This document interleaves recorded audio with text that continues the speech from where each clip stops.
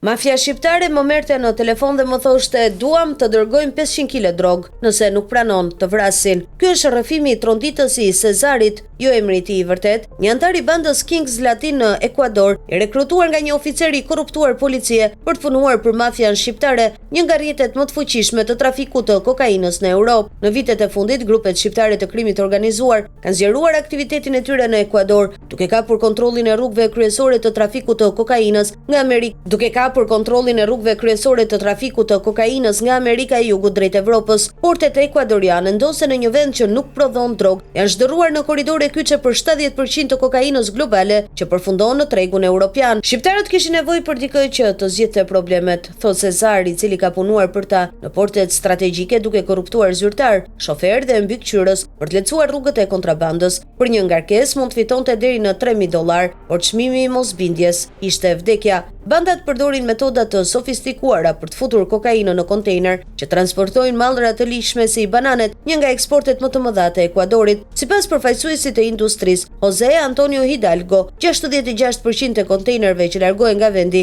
përmbajnë banane dhe afro 30% e tyre shkojnë drejt Bashkimit Evropian. Kjo ka krijuar një mbulesë perfekte për trafikun. Disa banda, sipas prokurorëve, kanë themeluar kompani të re me import-eksporti në Evropë dhe Ekuador. Një nga figurat më të njohura të kësaj skeme është Dritan Gjika, shtetas shqiptar Enden Arrati, i cili dyshohet për drejtimin e një prej rrjeteve më të mëdha të kokainës në Amerikën e Jugut. Viti 2025 nisi me shifra tragjike për Ekuadorin, 781 vrasje vetëm në janar, shumica e lidhur me trafikun e drogës. Shoferët e kamionëve që punojnë për kompani të rregullta shpesh e gjejnë veten të përfshirë në këtë zinxhir pa dieni. Disa detyrohen të transportojnë drogë me kërcënime. Nëse nuk ndot kontejnerët, ke dy zgjedhje: të lësh punën ose të vdesësh, thot Juan, një shofer që dëshiron të mbetet anonim. Prokuror, zyrtar dhe vetë trafikantët bien dakord. Konsumatorët në Evropë, SBA dhe Australi kanë forca që ushqen këtë tregti gjakderdhëse. Mbretëria e Bashkuar është veçanërisht e ekspozuar me një konsum vjetor që arrin mbi 117 ton